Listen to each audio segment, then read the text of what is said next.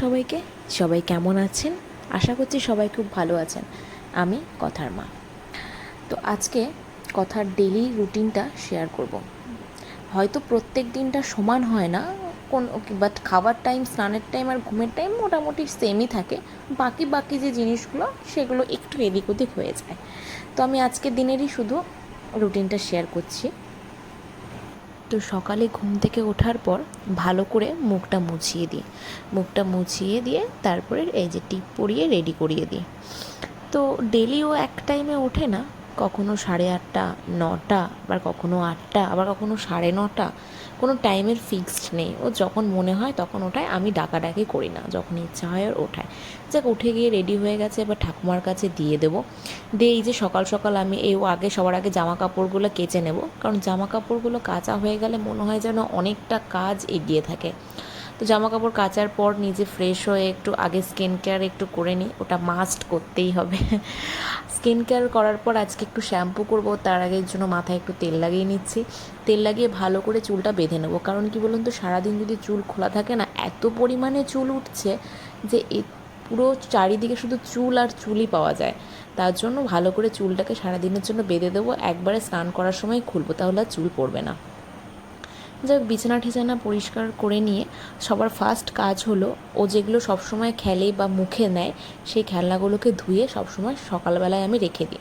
তাহলে কি সারাদিন এবার এইগুলোকে নিয়ে খেললো, যদি মুখেও দেয় কোনো অসুবিধা হয় না। তো সকালবেলায় ধুয়ে মুছে এগুলোকে ভালো করে রেডি করে আগে রেখে দিই।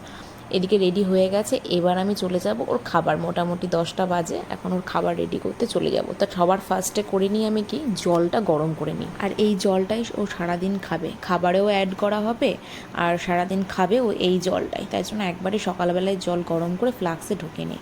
এই যে রাতের বেলায় রাগে ভিজিয়ে রেখেছিলাম, তো আগেরগুলো মেনুগুলো তো দেখেছেনই আপনারা, যে ও কি খায়, মানে কি খাওয়াচ্ছি এখন। আপনারা তো দেখেছেনই যে লাস্ট ভিডিওতে আমি 2বার করে ওকে খাওয়াচ্ছিলাম, মানে খাওয়ানো স্টার্ট করে দিয়েছিলাম। তো এবার সকালের ব্রেকফাস্টই বলুন, 10:30 থেকে 11টার মধ্যেই খাওয়াই। তো রাগি আগের দিন রাতে ভিজিয়ে রেখেছিলাম, শুনেছি রাগিতে, মানে দেখেওছি আমি অনেকটা রিসার্চ করে, যে রাগিতে প্রচুর পরিমাণে আয়রন আর ক্যালসিয়াম থাকে। তো আয়রন যেহেতু এখন বাচ্চাদের খুবই দরকার, তো তাই জন্য এই রাগিটা আমি খাওয়াচ্ছি। রাগি ভিজিয়ে রেখেছিলাম, আমি আনপলিশ রাগিটাই কিনেছি আমি। তো মিক্সিতে জল দিয়ে একটু রাগিটাকে ভালো করে ব্লেন্ড করে নিয়ে ছেঁকে নিলাম। এবার এটাকে বসিয়ে দেবো হচ্ছে গরম করতে। আর এই রাগিটা শুধু খাওয়াবো না, এর সাথে একটা ফ্রুট অ্যাড করবো, যেমন কলাটা অ্যাড করছি। তো রাগিটা এই যে হয়ে গেছে রেডি, গরম করা হয়ে গেছে। এবার ফ্রুট আর হচ্ছে এই রাগিটাকে অ্যাড করে নিয়ে এই যে এবার খাওয়াবো। আমি চেষ্টা করি যে যতটা পারি নিজে ঘরে নিজে হাতে তৈরি করে খাবার খাওয়ানোর। তাই বলে কি প্যাকেট ফুড খাওয়াই না? হ্যাঁ খাওয়াই, সেরেলাক একবার করে খাওয়াই সন্ধ্যাবেলাটায়। কারণ কি, আমার শ্বশুরমশাই অসুস্থ, আর ওই টাইমটা সন্ধ্যাবেলাটায় আমাকে পার্লারে যেতে হয় একবার করে। তো আমার শাশুড়িমার পক্ষে সম্ভব নয় যে এতক্ষণ ধরে বানিয়ে রেডি করে খাওয়ানো, তার জন্য সেরেলাকটা কি তাড়াতাড়ি করে রেডি করে খাওয়ানো যায়। তাই জন্য ওই একটা টাইম একটা সেরেলাক একবার করে খাওয়াই। তো এখানে রাগিটা আজকে কলার সাথে মিক্সড করে খাইয়েছি, খাওয়ানো এই যে পুরোপুরি খেয়েছে, আজকে ফার্স্ট খাইয়েছি, তো খেয়ে নিয়েছে। আর এই যে ফিডিং বোতলটা দেখছেন, এটাতে আমি ওই 50 ml মতন জল সকালবেলা একবার ভরে নিই, দিয়ে আমি ওর হাতে দিয়ে দিই। আসলে ও নিজেই খাওয়ার চেষ্টা করে, যদিও পুরোটা খায় না, বাট খাওয়ার চেষ্টা করে। আর আমি খাওয়ানোর পর মোটামুটি 3 থেকে 4 চামচ আমি জল ওকে ইনস্ট্যান্ট তখনই খাইয়ে দিই। তো খাওয়ানো হয়ে গেছে, এবার একটু বার্প করিয়ে নেব, যেটা বলে প্রত্যেকটা ফিডের পর করাটা মাস্ট। যদিও সেটা 4 মাস অবধি করা যায়, বাট বেশি করলে ভালো। তো যাই হোক, এই যে বার্প করিয়ে নিচ্ছি এবার ভালো করে। আমি অল টাইম প্রত্যেকটা ফিডের পর একবার করে বার্প করাই। তো বার্প করানো কমপ্লিট হয়ে গেছে, এবার আমিও একটু নিচে খেয়ে নিই সকালবেলায় কিছু। আসলে আমি না খেয়ে থাকতে পারি না, এতটা পেটে ব্যথা করে না খেয়ে থাকলে পরে। ওই জন্য তাই আমি আমাকে নিজেকেও তো ঠিক থাকতে হবে। তো যাই হোক, আমিও নিজের খাবারটা খেয়ে নিলাম। খেতে খেতে এদিকে মেয়ের কথার মুখ চোখ দেখে মনে হলো যে এবার মনে হয় একটু পটি করবে।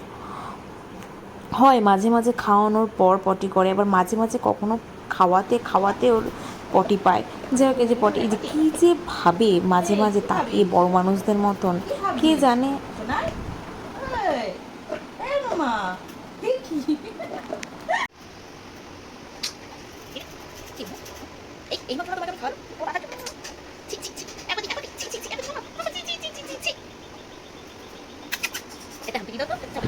এরপর সকালের জামা কাপড়গুলো কিছু শুকিয়ে গেছে, আসলে এখন তো এই রোদ এই বৃষ্টি, তার জন্য যেগুলো শুকিয়ে গেছে তুলে নিয়ে চলে এসেছি, সেগুলোই ভাঁজ করে রাখবো।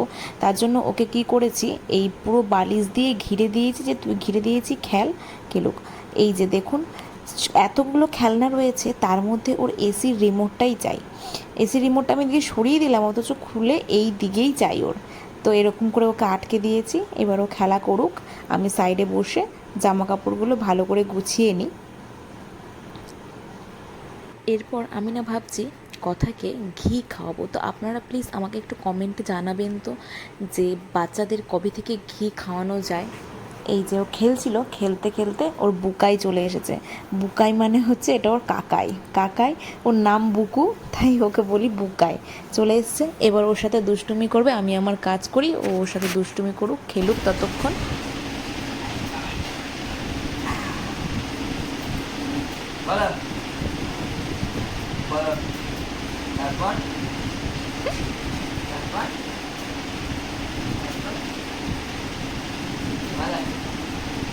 যাবে ঘুরতে ঘুরতে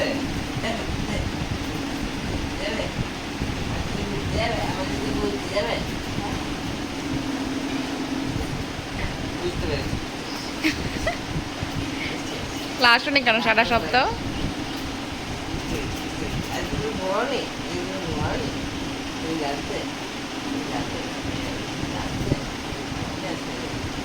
নামো নামো নামো নামো নামো নামো নামা, খালি মুখে দিও না চুলগুলো। হ্যাঁ শোনা, কারণ আজকে শ্যাম্পু করে নিয়ে নামবি না? থাকো বসে থাকো। এক বুকু একাই খাবে, দেখ খাই যাও জল খাও খাও।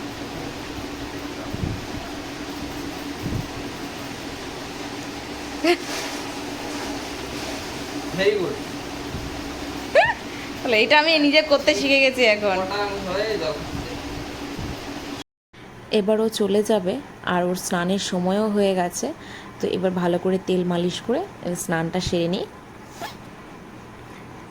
এই স্নান করাতে আগে অতটা অসুবিধা হতো না, কিন্তু এখন তেল মালিশ করলে মাঝে মাঝে খুব বদমাশি করে, মোটে তেল মাখতেই চায় না। আমি কি কথাকে সর্ষের তেলটাই ইউজ করছি। মাঝখানে যখন খুব গরম পড়েছিল তখন আমি নর্মাল নারকেল তেলই ইউজ করতাম, কিন্তু এখন আবার যেহেতু একটু বৃষ্টি বৃষ্টি ওয়েদার, একটু ঠান্ডা ঠান্ডা ওয়েদারটা, তার জন্য আমি এই সর্ষের তেলটা ইউজ করছি। বাট মুখে আমি ইউজ করি না, মুখে আমি নারকেল তেলটা ইউজ করি, সর্ষের তেল শুধুমাত্র বডির জন্য। এই যে এবার স্নান করানো হয়ে গেল, স্নান করা কমপ্লিট। এবার কথাকে র্যাপ করে নেব। স্নান করার পর ওকে র্যাপই করি, এই যে র্যাপ করে নিয়েছি। স্নান করা কমপ্লিট। আমি পুরো ঘেমে গেছি, কারণ কি স্নান করার পর আমি পুরো ফ্যান অফ করে রেখে দিই। তো স্নান করার পর ঘুমিয়ে গেছে, এবার ঘুমোক, আমি ওর খাবারটা রেডি করি। দুপুরের খাবারের জন্য আমি এখানে দিয়েছি একটা বিট 4 ভাগের 1 ভাগ, মিষ্টি আলুও 4 ভাগের 1 ভাগ, আর 1 টুকরো কুমড়ো। এই 3টে ভেজিটেবল, আর তার সাথে ছোট্ট যে চামচ হয় ওই চামচের পরিমাপ করে 1 চামচ ডাল আর 1 চামচ চাল, দুটোকে একসাথে দিয়ে এগুলো প্রেশার কুকারে বসিয়ে দেবো। আর এই যে প্রেশার কুকারটা দেখছেন, এই প্রেশার কুকারটা কথার একার আলাদা, ছোট্ট একটা প্রেশার কুকার। তো এই যে ঘুম থেকে উঠে গেছেন, ঘুম থেকে ওঠার পর আমি ওর ঠাকুমার কাছে দিয়ে দিলাম ওকে কথাকে, আর ওর খাবারটা রেডি করে নিয়েছি। এই যে প্রেশার কুকার, এই যে দেখতে পাচ্ছেন সেদ্ধ হয়ে গেছে। এবার এটাকে আমি মিক্সিতে দিয়ে দেবো, মিক্সিতে ঘুরিয়ে এবার এইটা দিয়ে ছেঁকে ভালো করে, তারপরে এই যে ওর খাবার রেডি, দুপুরের লাঞ্চ ও রেডি। এখন দুপুরের লাঞ্চটা আমি বলেইছি, আগে যেমন 3টের সময় দিতাম, এটা আমি এগিয়ে দিয়ে এখন আমি 1:30 থেকে 2টো করে দিয়েছি।